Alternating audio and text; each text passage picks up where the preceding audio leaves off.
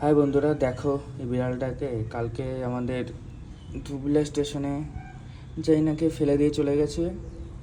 তারপরে মা যখন আসছিল স্টেশন দিয়ে, তখন মা ভাইকে তারপরে দেখে বিড়ালটাকে, তখন বলে ভাইকে বলে নিয়ে আসতে। তো তারপরে তো বাড়িতে নিয়ে এসেছিলো ভাই মা মিলে বিড়ালটাকে।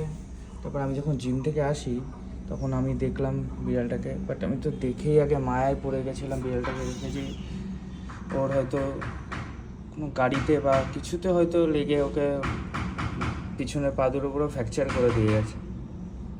বাট আমার কথা হচ্ছে, যদিও বা ফ্র্যাকচার করে না, এটা একটু ডক্টর দেখালে তো ঠিক হয়ে যাবে। যেখানেই থাকতো না কেন আগে বিড়ালটা, স্টেশনে তো আগে ছিল না, এসব যাই না, কেউ হয়তো ফেলে দিয়ে গেছে।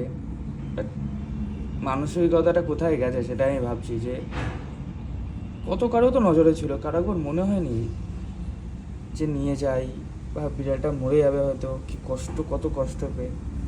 দেখো একবার, ও হয়তো ওই ভাঙা পা নেই, আমারই চোখে জল বেরোচ্ছে, ভিডিওটা আমি করছি।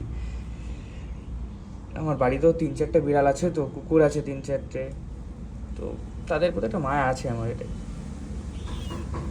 ইউটিউবে ভিডিও ছাড়তাম, এখন ছাড়ি না, ভালো লাগে না ওর। কিন্তু দেখো একটা জিনিস, ওর ও হয়তো অনেক ঘষাতে ঘষাতে অনেক গেছে আজকে রাতে। তো কালকে যখন আমি ডেটল দিয়ে ধুয়ে দিয়েছিলাম তখনও তো বুঝিনি, বাট আজকে যখন ডেটল দিয়ে ধুলাম না, দেখলাম ওর ঘা। তো ইমিডিয়েটলি ওকে এক্ষুনি ডাক্তার দেখানো দরকার, একটু পরে এক্ষুনি যাবো আমি। পায়ে পুরো ঘা। আমি ও যে আমার কাছে এসছে এটাই আমি ভাগ্য মনে করি, যে ভালো হয়েছে এসছে। ঠিক আছে, কোনো প্রবলেম হবে না, শোনা। ব্যাস এটুকুই বলবো, এই পৃথিবীটা শুধু মানুষের না, পৃথিবীটায় সবার বাঁচার অধিকার আছে। প্রত্যেকটা জীবের, ছোট্ট থেকে বড় প্রতিটা জীবের, শুধু মানুষই বাঁচবে এরকম না, তাই না? প্রতিটা জীবেরই সমান অধিকার আছে পৃথিবীতে, এই পৃথিবীটা সবার।